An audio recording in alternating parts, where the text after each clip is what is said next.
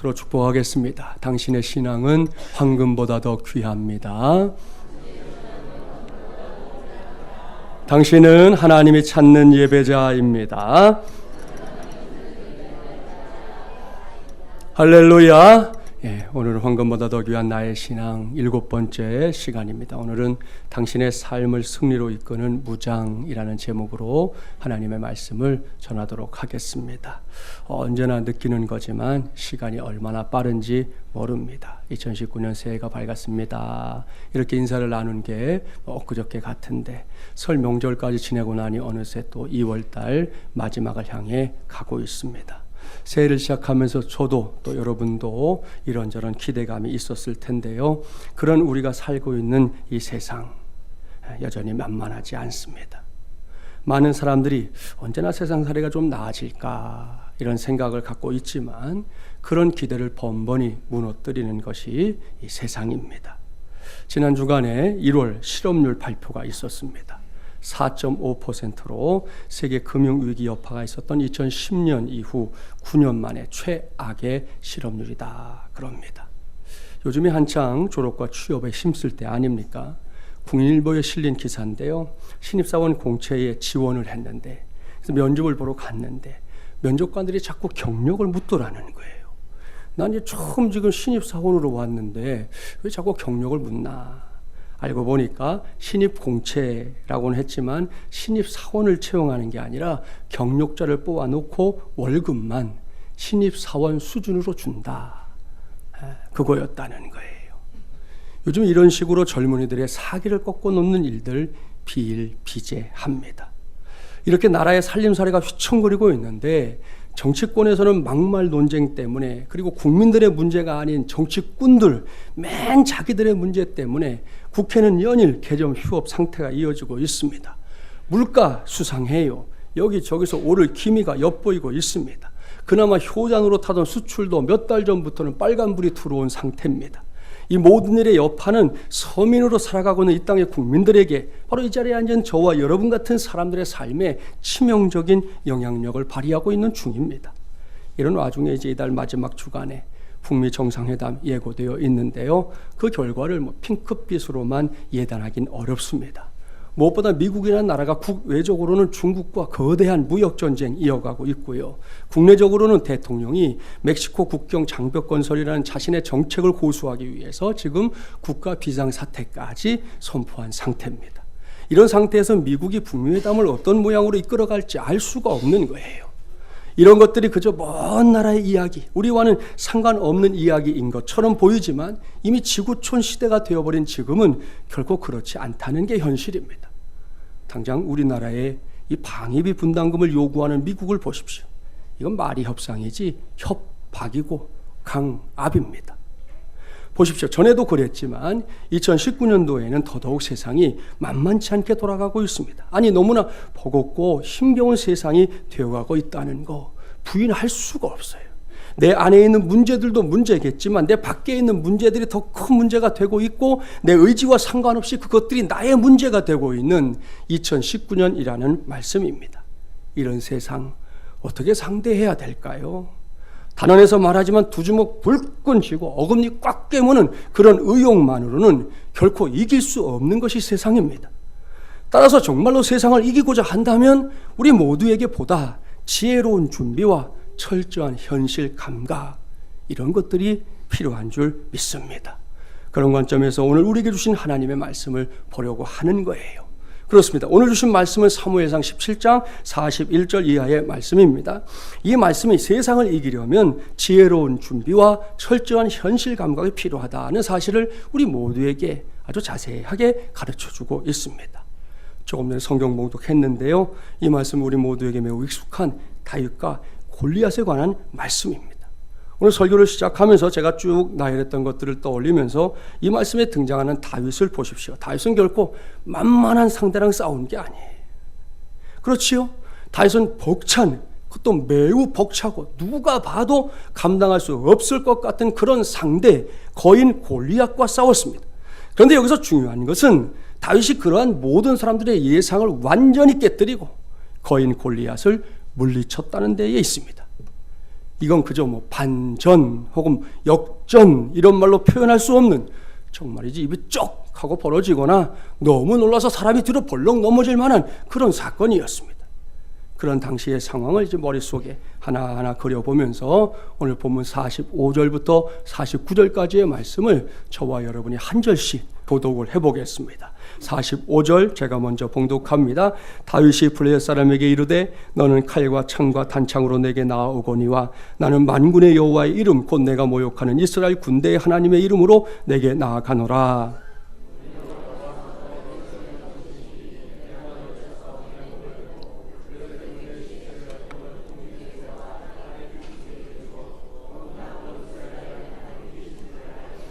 또 여호와의 구원하심이 칼과 창에 있지 아니함을 이 무리에게 알게 하리라. 전쟁은 여호와께 속한 것인즉 그가 너희를 우리 손에 넘기시리라.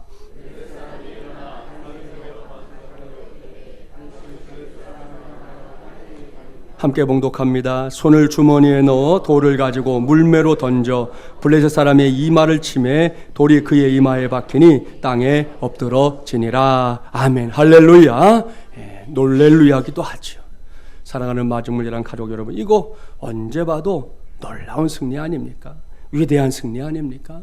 그렇습니다. 그야말로 10년 묵은 채증이 한 방에 내려갈 만한 그런 신나는 승리입니다. 그렇다면 이러한 다윗의 승리에서 우리가 꼭 배울 것, 황금보다 더 귀한 나의 신앙을 위해서 저도 여러분도 취해야 할 것, 그것은 무엇일까요? 결론부터 말씀드리면 설교 제목 그대로입니다. 당신의 삶을 승리로 이끄는 무장, 바로 이것 말입니다. 앞서 저는 두 주먹 불끈 쥐고 어금니 꽉 깨무는 그런 의욕만으로는 결코 이길 수 없는 것이 세상이다, 이렇게 표현했었습니다. 맞습니다. 그 정도를 가지고는 아무것도 할 수 없어요. 그 정도를 가지고서는 승리는커녕 웃음거리가 될 뿐입니다. 그러니 꼭 명심하십시오. 다윗처럼 제대로 된 승리를 얻고자 한다면 반드시 나를 승리로 이끌고 갈 무장을 해야 한다. 이것이 오늘의 결론이에요. 그리고 제가 됐든 여러분이 됐든 이 결론에 도달하기 위해서는 반드시 몇 가지의 과정을 거쳐야 하는데요. 이제부터 그것을 하나씩 살펴보도록 하겠습니다.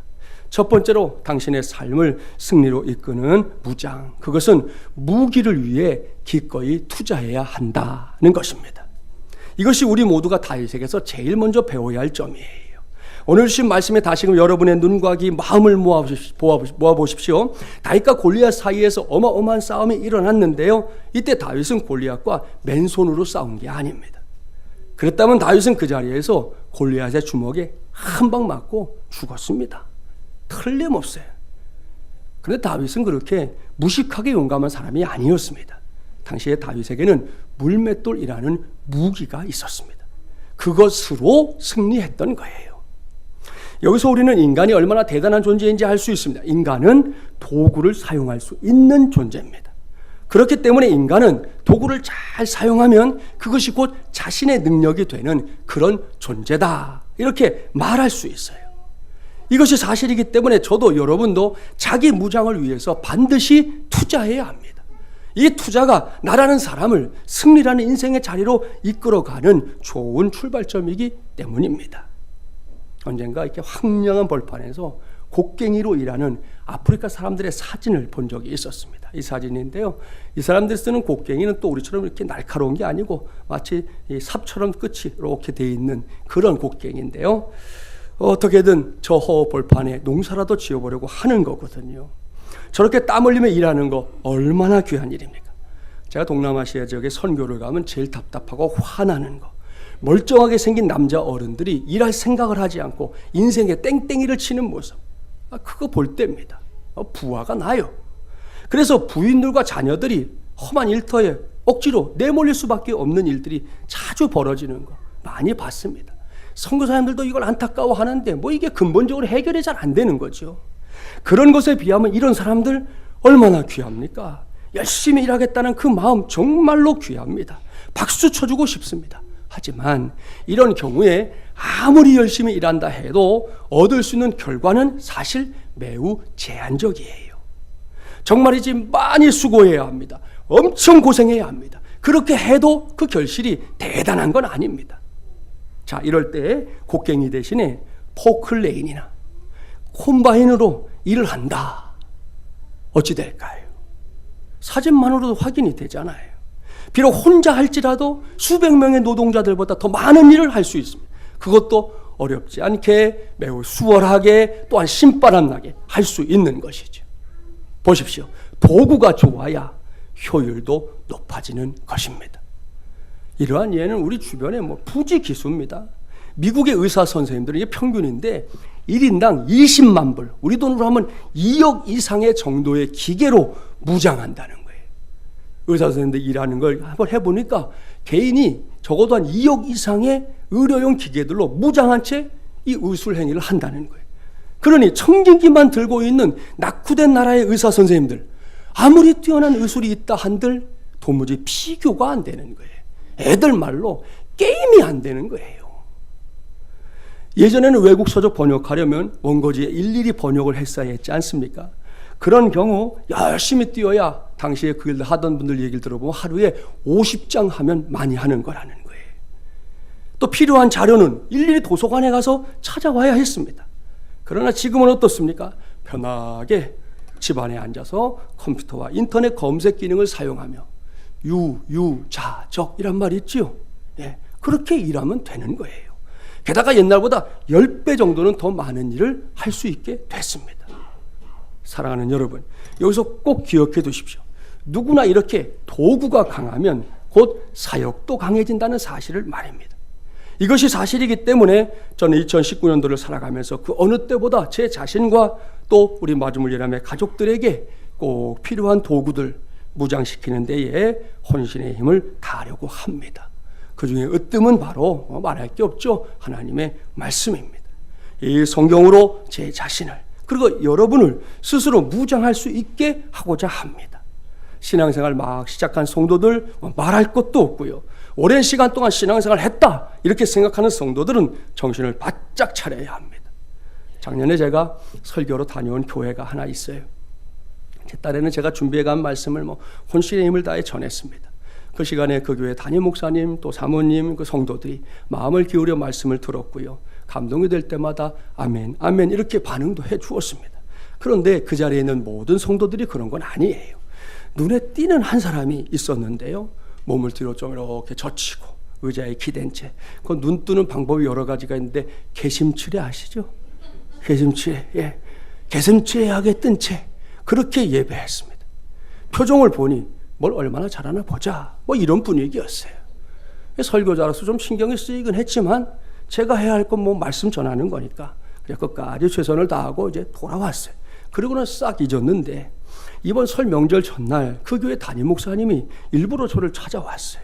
명절 인사를 하겠다 찾아온 건데요. 와서 이제 자연스럽게 그날의 이야기를 이렇게 나눴지요.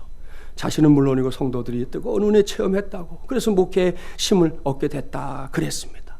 이 강사 목사 입장에서는 얼마나 감사하고 기쁜 일입니까? 그런데 이야기하는 중에 제가 눈에 거슬렸던 바로 그 성도에 대한 얘기가 나온 거예요. 그 목사님도 저와 똑같이 생각했다는 거죠. 목사님의 눈으로 볼 때 자신 그 자리에 있었던 사람들 중에 제일 많이 하나님의 말씀을 들어야 할 사람이 그 사람인데 정작 본인은 이미 자신의 신앙이 최고의 경지에 이르렀다 이런 착각 속에 있더라는 겁니다. 나도 알 만큼 안다 들을 만큼 들었다 이런 건데요. 여러분 안타까운 일입니다. 여기서 목사인 저도 성도인 여러분도 다시금 마음을 다잡기 바랍니다. 이 세상에서 호흡을 하며 사는 날 동안에는 그 누구도 신앙의 완성을 말할 수 없습니다. 꼭 기억해야 합니다. 아무리 수십 년 신앙생활을 했어도 교회의 직분을 받고 그 직분을 가지고 바깥 세상에 나가서 많은 일을 하는 사람이라 할지라도 그 누구도 이 땅에서 사는 날 동안에는 신앙의 완성을 말할 수 없는 거예요. 그저 과정일 뿐입니다. 아직도 밟고 있는 거예요. 지나가고 있는 거예요. 부족한 게 많고요. 알아야 할 것, 배워야 할 것 투성입니다. 설사 뭔가를 잘 알고 있다 해도 여러분 솔직합시다. 실천하지 못하고 있는 건 더욱 부지기수입니다. 아는 것만큼 얼만큼 실천하세요. 못하고 있는 게 더 많잖아요. 그런데도 됐다고요? 충분하다고요? 틀렸습니다. 잘못된 생각입니다. 착각입니다. 목사도 성도도 이런 착각에 빠지면 결코 안 된다는 거예요. 우리 모두가 명심하기 바랍니다. 그런 차원에서 신신당부하는 거예요. 제발 부탁인데요.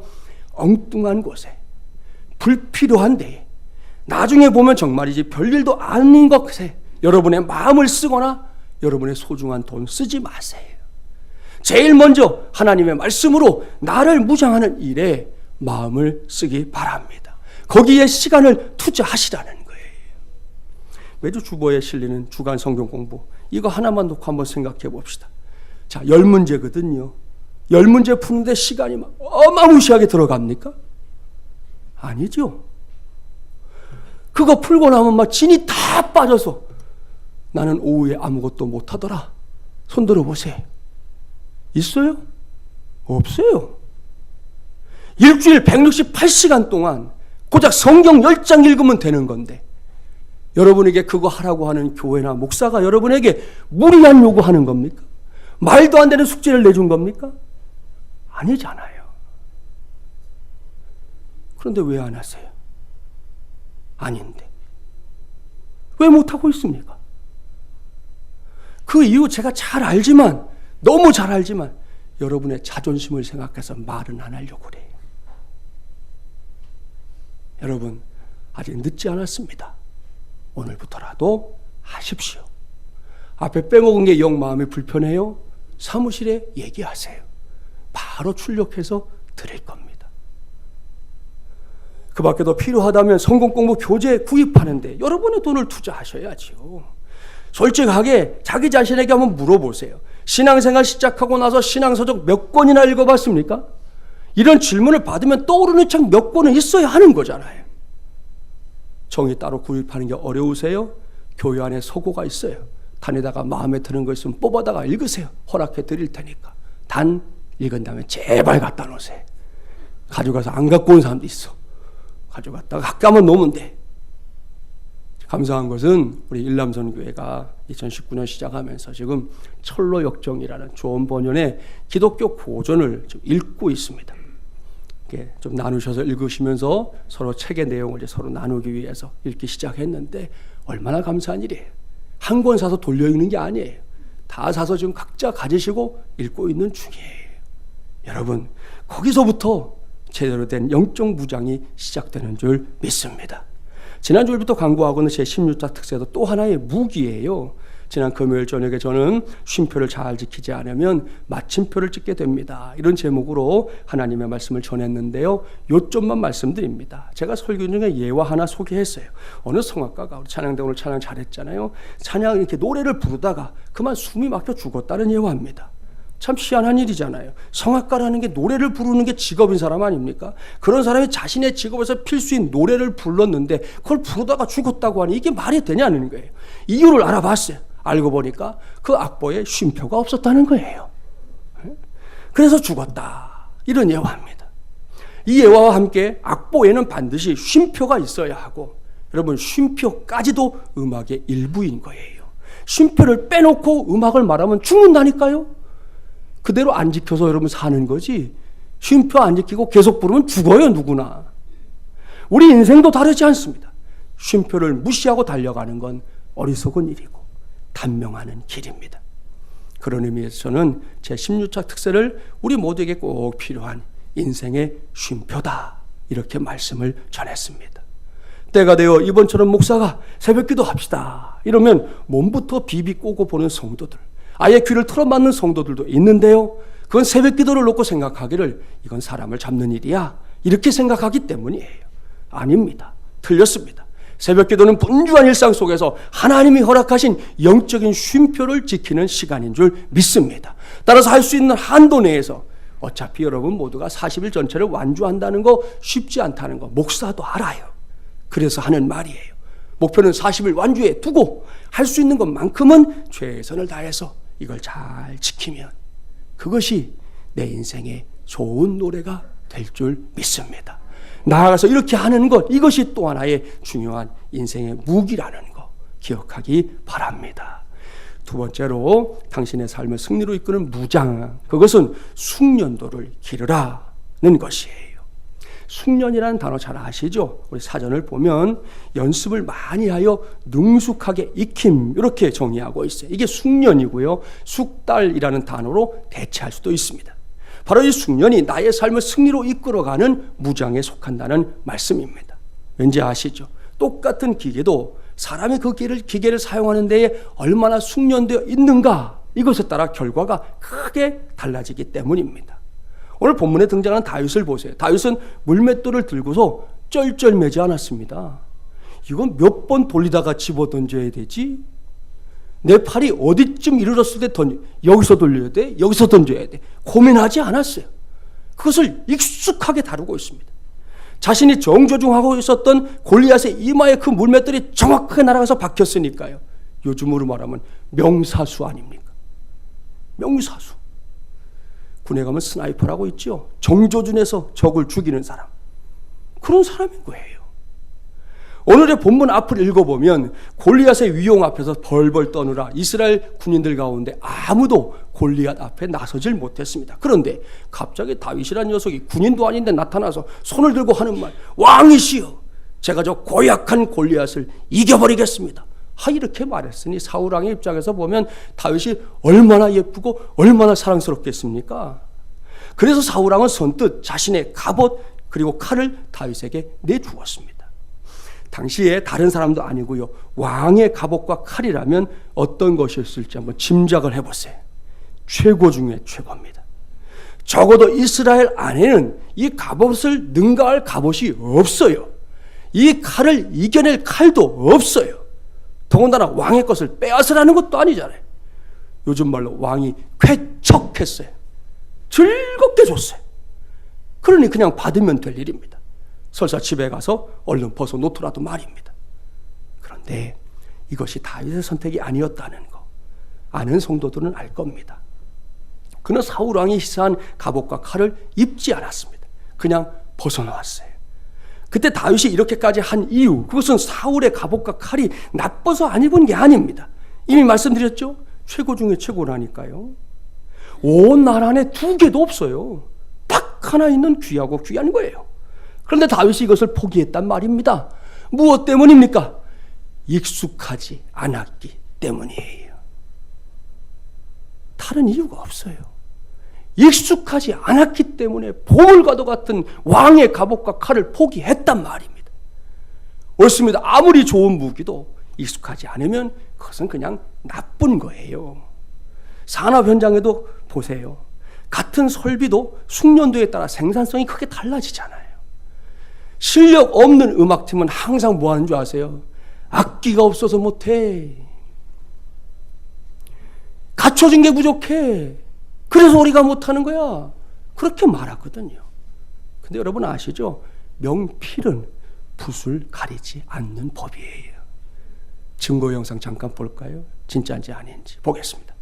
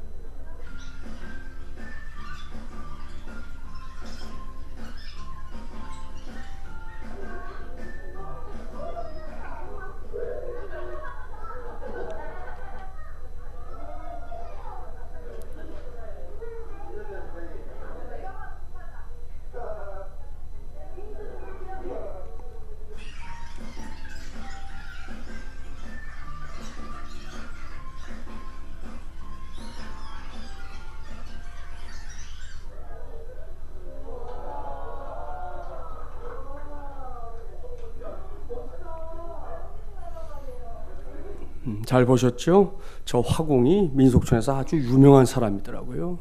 저는 뭐 고급 붓을 사다 주셔도 그 붓 가지고 제대로 그림 못 그립니다. 근데 저 화공은 물병 하나, 생수병이에요, 생수병. 구멍 뽕 뚫어가지고 그거 하나 들고 저렇게 멋지게 그림을 그려냅니다. 숙련됐기 때문이지요. 이렇게 먼저 어떤 도구에 숙련되었을 때 그런 다음에 더 나은 도구를 요청하는 것, 그게 바른 순서지요. 좋은 것부터 사내라, 비싼 것부터 사내라, 그렇게 해봐야 그거 아무 쓸모 없는 거거든요. 우리 교회 집사님으로부터 우리 교회와는 비교도 할 수 없을 만큼 대단히 높은 수준의 음향기기를 설치한 교회 이야기를 들었어요.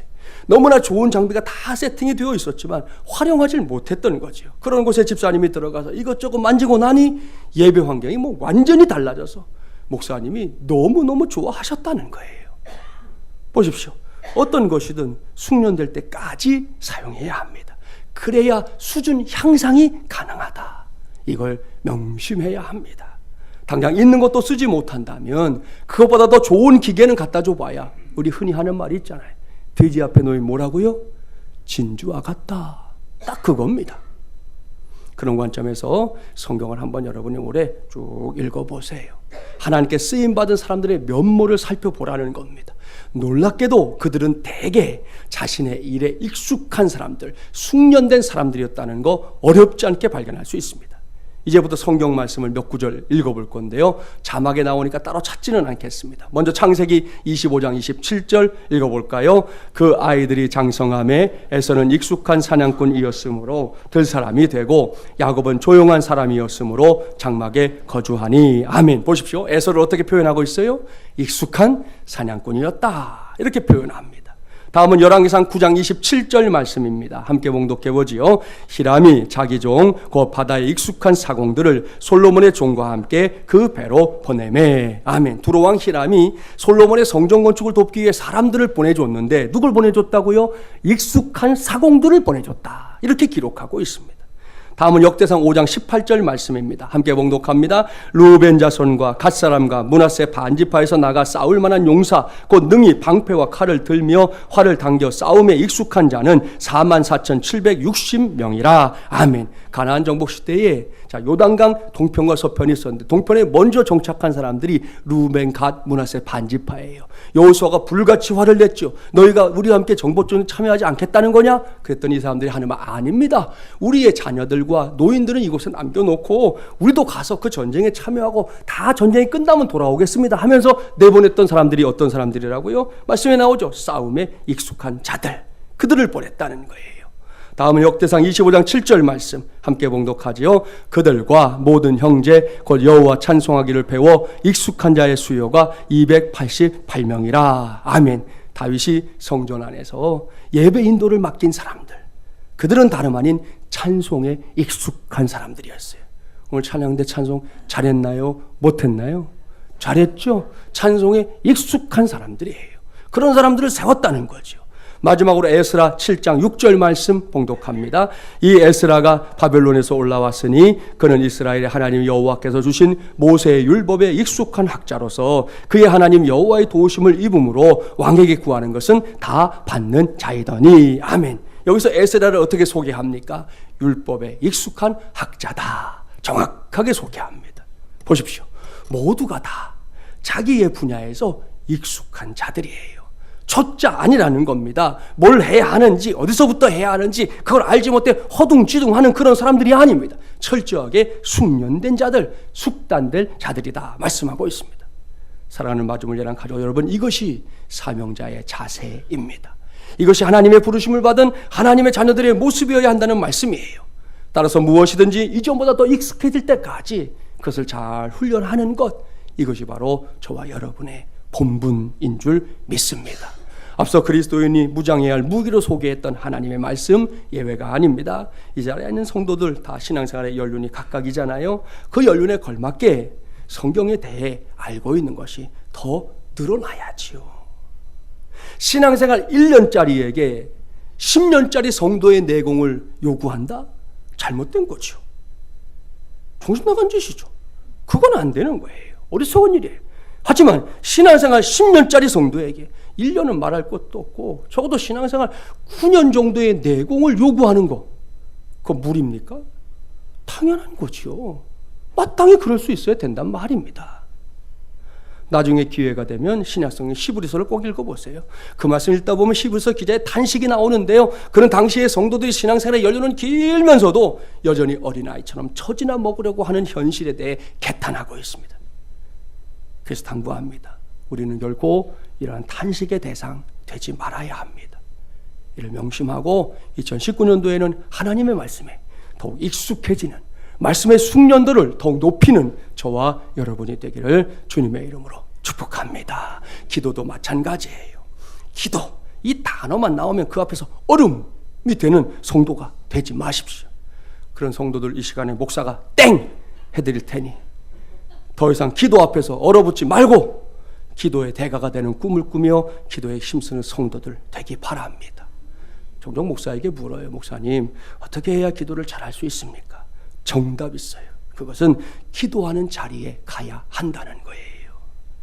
기도하는 자리에는 가보지도 않고 그저 집에서 나는 기도 어떻게 해야 잘하지? 맨날 고민해봐야 답이 안 나온다니까요. 그런 자리에 가서 다른 사람들이 어떻게 기도하나 좀 그것도 보고요. 거기서 어설프게라도 내 입술로 기도도 해봐야 합니다. 그 시간이 쌓이고 쌓이면 기도가 어떻게 될까요? 기도가 더 이상 낯선 그 무엇이 아니라 익숙한 신앙의 무기가 될 겁니다. 그렇게 되는 순간 내 자신이 하나님께 기도하는 걸 매우 즐기고 있구나 하는 걸 새삼스럽게 발견하게 될 겁니다. 그때가 바로 기도의 대가의 대열에 서게 되는 순간인 줄 믿습니다. 그런 의미에서 서로 진심을 다해 축복해 줍시다. 득세 열심히 달립시다. 여러분, 그 말은 그 사람만 달리라인가요? 아니죠. 나도 달린다 합니다. 그렇죠? 그래서 축복합니다. 그래서 기도의 대가가 됩시다. 할렐루야. 자, 세 번째로 당신의 삶을 승리로 이끄는 무장, 그것은 무장하되 믿음의 힘으로 무장하라는 것입니다. 앞서 봉독했던 본문 말씀을 눈여겨보세요. 다윗이 골리앗에게 뭐라고 합니까? 너는 칼과 창과 단창으로 내게 오거니와 나는 만군의 여호와의 이름으로 가노라. 다윗은 이렇게 외쳤습니다. 여기서 좀 깊게 생각해 봅시다. 앞서 나의 삶을 승리로 이끄는 무장과 관련해서 제가 두 가지를 열심히 말씀드렸잖아요. 무엇보다 무기가 있어야 하고 그것을 능숙하게 다룰 수 있는 숙련도가 아주 필요하다 그랬습니다. 그걸 근거로 묻겠습니다. 그렇게 단순하게 무기와 숙련도의 차이뿐이라면 우리가 강할까요? 세상이 강할까요? 본문에 등장하는 다윗을 두고 질문해 봅시다. 다윗과 골리앗의 싸움이 단지 무기와 숙련도의 문제였다면 다윗이 이길까요? 골리앗이 이길까요? 당연히 골리앗이 이깁니다. 우리와 세상도 다르지 않아요. 무기와 숙련도 이 두 가지가 중요하긴 해요. 그렇지만 이것만 갖고 싸움터에 나간다면 우리보다 세상이 더 강하다는 걸 처절하게 깨닫는 것, 그것만이 우리의 몫일 겁니다. 사랑하는 여러분, 그리고 여기서 우리가 붙잡고 있는 믿음이 비로소 그 빛을, 제대로 된 빛을 발하는 것이다. 이걸 명심해야 합니다. 그렇습니다. 우리가 신앙생활하면서 믿는 자 이렇게 표현하는 사람은 어떤 사람입니까? 하나님의 도움을 의지하는 사람이지요. 믿습니까? 할렐루야. 그렇습니다. 하나님의 도움을 의지하는 사람이 곧 믿는 자인데요. 여기서 믿음을 의지하는 것으로 표현할 때 그것이 대책이 없는 것을 의미하는 건 아닙니다. 아무 준비 없이 기적만 바라는 거, 내 편에서 할 건 아무것도 하지 않으면서 요행을 통해 하나님의 능력이 나타나기를 바라는 거, 그런 건 믿음이 아니에요. 33년의 예수 만난 이야기라는 책이 있는데요. 이 책은 어려움을 믿음으로 극복하고 당당히 신앙을 고백하는 이 33명의 크리스천 연예인들의 이야기입니다. 그 중에 두 사람만 소개할게요. 여러분 잘 아시는 탤런트 이유리 씨. 이 사춘기 때 성공만 바라보며 달려온 인생의 절망감을 느꼈대요. 조숙했나 봐요. 사춘기 때 벌써 그걸 느꼈대요. 어린 나이에도 심각한 두려움을 느꼈던 이유리 씨는 우연히 다른 친구가 꺼낸 교회 얘기에 무작정 자기도 교회에 가겠다 하고 따라 나섰다는 거예요. 난생 처음 드려본 예배 시간, 정말 자기 인생에서 그렇게 눈물을 흘려본 적이 없대요. 하염없이 눈물이 쏟아졌습니다. 그리고 그 시간에 하나님을 만나는 체험을 하게 됩니다. 그렇게 하나님과의 첫사랑이 시작됐고요. 그 교회 오빠였던 전도사님과 결혼해서 지금 이유리 씨가 사모님이 됐다는 거 아는 분들은 아실 거예요. 지금도 변함없이 하나님과의 사랑을 키워가며 신앙을 갖고가고 있고, 또 연기 분야에서도 타의 추종을 불허할 만큼, 근데 하필이면 또 악역이야, 악역. 그렇죠? 악녀 역할만큼은 또 아주 잘한다 소문이 났어요.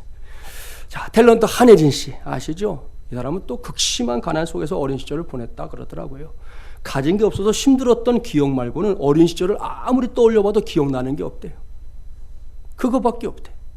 지푸라기도 되잡는 심정으로 교회에 나갔는데요. 신기하게도 신앙생활 시작하면서 길이 조금씩 열리기 시작했어요.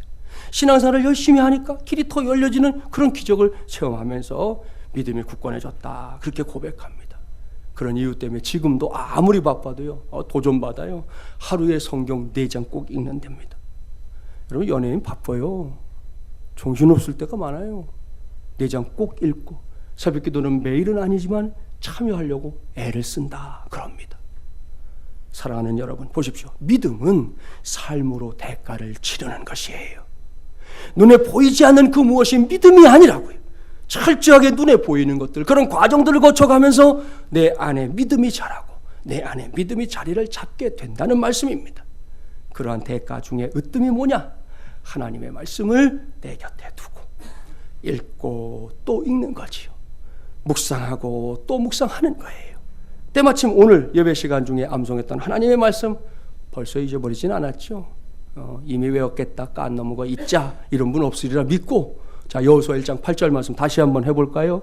이 율법책을 내 입에서 떠나지 말게 하며 주야로 그것을 묵상하여 그 안에 기록된 대로 다 지켜 행하라. 그리하면 내 길이 평탄하게 될 것이며 내가 형통하리라. 아멘. 할렐루야. 보십시오. 하나님의 말씀을 읽고 또 읽으면, 그것을 낮에는 물론이고 밤에도 묵상하면 어떻게 된다고요? 내 안에 제대로 된 믿음의 자리를 잡게 된다. 이게 결론이에요. 여러분, 하나님은 필요하다 여기면 언제든지 기적도 베푸시는 하나님입니다. 하지만 매사를 기적으로 그렇게 살려고 하지 말고 우리 모두는 십자가로 살아야 할 줄 믿습니다. 이것이 제대로 된 믿음, 하나님이 기뻐하시는 믿음이에요. 기도도 마찬가지입니다. 이번 특세 때 새벽에 모여 기도할 때 꼭 기억해 주세요. 지금은 준비 기간이니까 준비할 때는 마치 내 힘밖에 없는 듯이 그렇게 준비하세요. 기도 카드 지난주 나눠드렸죠. 거기에 기도 제목을 쓸 때 온 마음을 기울여서 쓰란 말입니다. 내가 이번 기회에 꼭 응답받아야 되겠다 생각하는 거 그냥 글자 찍 쓰지 말고 마음을 다 담아서 한 글자 한 글자 쓰란 말이에요. 그런 다음에 기도할 때는 어떻게 하느냐? 하나님 외에는 아무런 힘도 없는 듯이 그렇게 기도하십시오. 그게 믿음이에요. 그게 성도의 삶이에요. 기도하는 시간만큼은 하나님밖에 없는 거예요. 그래야 그 기도가 우리 하나님이 들으시고 응답하시는 기도 될 줄 믿습니다. 여기까지 저는 오늘 당신의 삶을 승리로 이끄는 무장, 이것이 황금보다 더 귀한 나의 신앙이다, 이렇게 여러분에게 말씀 전했습니다. 이를 위해 다윗과 골리앗의 싸움, 여러분 잘 아는 말씀이지만 오늘 좀 더 자세하게 좀 다른 관점에서 들여다봤는데요. 거기서 무장과 관련된 3가지 메시지 찾아냈습니다. 요약해서 말씀드립니다. 무기에 투자해야 합니다. 이를 위한 투자에 있어서 영순위는 하나님의 말씀과 기도다 그랬습니다. 잊지 마십시오. 다음으로 숙련도를 길러야 한다 그랬습니다. 처음에는 무엇이든 서툴 수 있어요. 그때는 봐줘요. 다 사람들이. 세월이 흐르고 흘렀는데 여전히 서툴러요? 그때는 봐주지 않아요. 그게 흉이 되는 거예요. 우리 신앙생활이 그렇습니다. 신앙의 연륜이 깊어질수록 숙련돼야 된다고요. 익숙해져야 된다고요. 그래야 사람들에게 존경을 받는 거 아니겠습니까? 꼭 그렇게 되는 우리 모두가 되기를 바랍니다. 그리고 마지막, 이게 제일 중요하죠. 믿음의 힘으로 무장해야 합니다. 하나님을 의지하는 것이에요. 하나님과 함께하는 것이에요. 거기서 발휘되는 믿음의 능력을 철저하게 신뢰하는 것, 그것이 우리가 가져야 할 무장이다라는 말씀입니다. 이 3가지가 2019년도를 살아가면서 저와 여러분이 스스로 무장해야 할 것들입니다. 이를 위해 기도하고 이를 직접 행동에 옮기는 저와 여러분이 되기를 바랍니다. 그리할 때 우리 역시 다윗처럼 골리앗과 같은 거대한 세상과 이 골치 아픈 문제들 하나씩 이겨내며 살게 될 줄 믿습니다. 오늘 여기에 그러한 믿음 단단히 붙잡고 하나님 앞에서 당당하게 살아가는 저와 여러분이 되기를 주님의 이름으로 간절히 축원합니다.